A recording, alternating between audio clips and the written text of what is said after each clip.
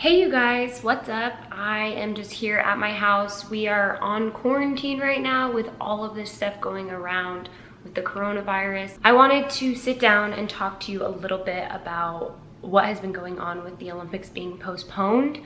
As an Olympic hopeful myself, it has definitely put me through a whirlwind of emotions. It's been just very high and low.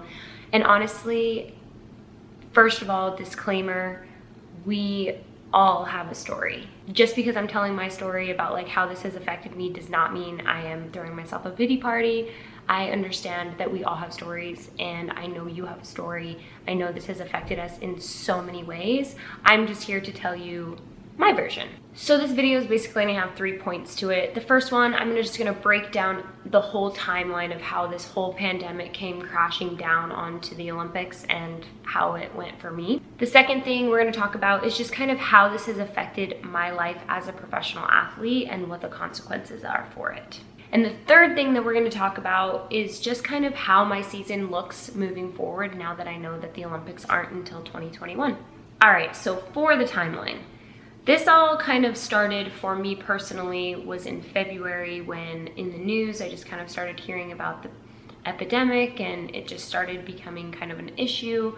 A lot of people were getting sick, a lot of people were dying, and it was something that they were all really concerned about. It kind of reminded me of when the swine flu epidemic kind of started going through, which, by the way, I got the swine flu when I was in high school, but that's another time for another story. So it kind of reminded me of that a little bit. I honestly don't think that any of us could have guessed that it would have become the pandemic and absolute shutdown of countries that it has become. It's crazy. Around middle March was when we started really getting cracked down on you guys need to stay at home, and when you do go outside, make sure that you're not near anybody. And all of the track facilities and the weight room facilities that I usually train in were completely shut down. So I tried to kind of go in other places where I could find tracks that were open, and eventually those became closed down as well. So I was looking at myself thinking, how am I possibly gonna train for the Olympics at home? I don't have a home gym. I didn't have a big garage setup where I had like all these amazing tools. I just had a couple dumbbells, a yoga mat, and maybe a med ball. So it was just a little overwhelming. I didn't know how I was going to possibly train for the Olympics in that condition. I think another thing that was really unnerving was the fact that the Olympic Committee was saying, you need to keep training, keep going. The Olympics is definitely happening this year at that same time. So for me, it was just like one of those things where you wanted to train, but you didn't know if it was really going to happen, but they're telling you it's going to happen. You have no facilities to train at. It was enough to make you want to just throw up everywhere all the time. So horrible.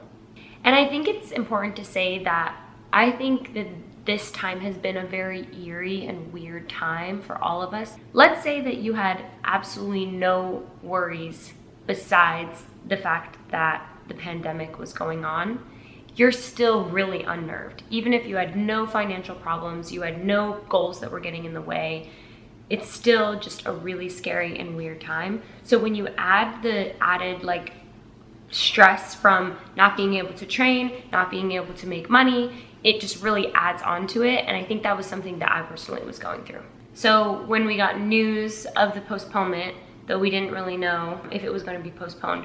And we got told that it was going to be mid-April before we knew for sure. And then the next day they had come out and said that it was officially postponed, which was nice. I think that the IOC did a really good job kind of looking out for their athletes. If they knew that they were going to postpone, I was really appreciative that they didn't wait another 2 weeks while we all stressed out, worried, trained the best way that we could. I think it was definitely a courteous decision, and I really appreciated it for sure. Because if it's gonna get postponed, I wanna know now rather than continuing to train as hard as I could possibly train, being stressed out that I'm training for the Olympics, and then finding out that it's being postponed anyways. So I was really glad that they decided to release that statement early.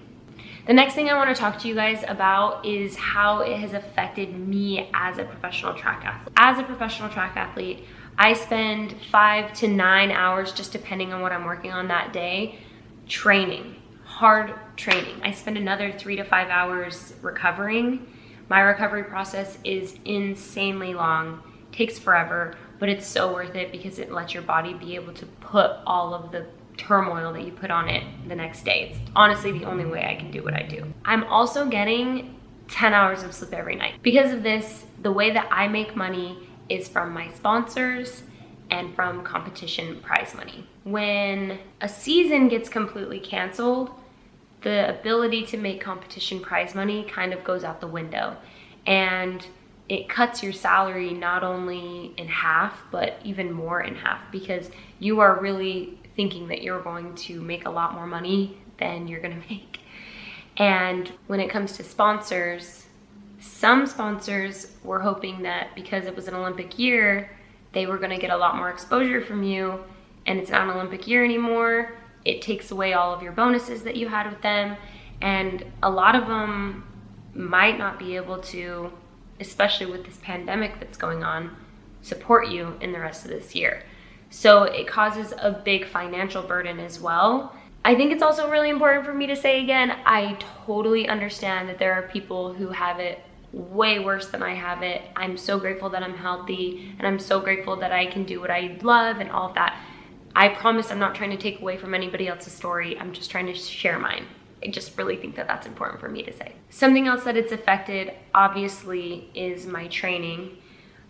This whole pandemic has affected my training negatively just because I can hardly do it. If I were to train for 9 hours a day, just throwing a med ball on the ground and lifting a couple weights, I actually think I probably would get some improvement, but it just wouldn't make any sense. And you just can't get that same, especially in the heptathlon, you can't get the same amount of training in the heptathlon when you can't actually do the events. That's one of the biggest reasons. And I do stay doing visualization, mental training, trying to really hit good positions, shadowing, all of that. But at the end of the day, you really can't get the same type of work day in and day out without actually putting the work in. The last thing I wanted to talk to you guys about is how I plan to move forward with my season. A lot of people are probably gonna call their season off, and some people are gonna continue training, hoping that in the end of the summer, we are going to get a couple of competitions where we can either make some money or get a standard and kind of get ourselves into a position where we're ready for next year in the 2021 Olympics. A lot of my training depends on the IOC's decision on when to hold the Olympics next year. As of now, while I'm filming this video, they haven't decided a date yet.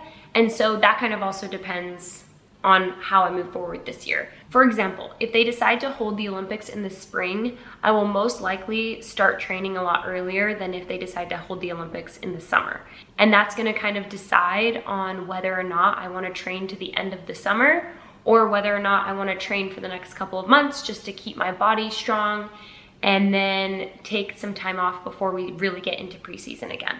If they do decide to hold the Olympics this summer, not this summer, next summer. If they do decide to hold the Olympics in the summertime of 2021, I'm most likely gonna finish out the season in the exact same way that I was planning on if they were to do the Olympics this year.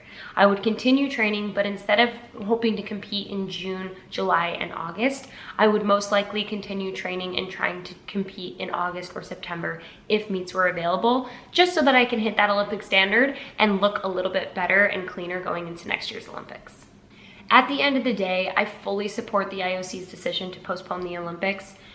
With everything going on, the safety of the people in this world is by far more important than the Olympic Games. And I also think that the Olympics is such an exciting time for the world to be able to come together in competition. And I think if we were all stressed out, worried, there was so much anxiety about keeping away from me and like social distancing and whether or not the virus was going to get you at the Olympics and cause another pandemic, it would have been so tainted. And I think that we can really train for one more year, work hard, and then have the Olympics in the way that it's supposed to be held. The people that have been doing their part, staying at home, and all of the healthcare professionals that have been doing their part to help with the pandemic are just absolute heroes, and I think you guys are amazing. I hope you guys enjoyed hearing my story. Like I said, I know that we all have our own stories, and I appreciate you, and I would love to hear yours. If you do like this video, give it a thumbs up. Make sure to subscribe to my channel, and thanks. Have a good day.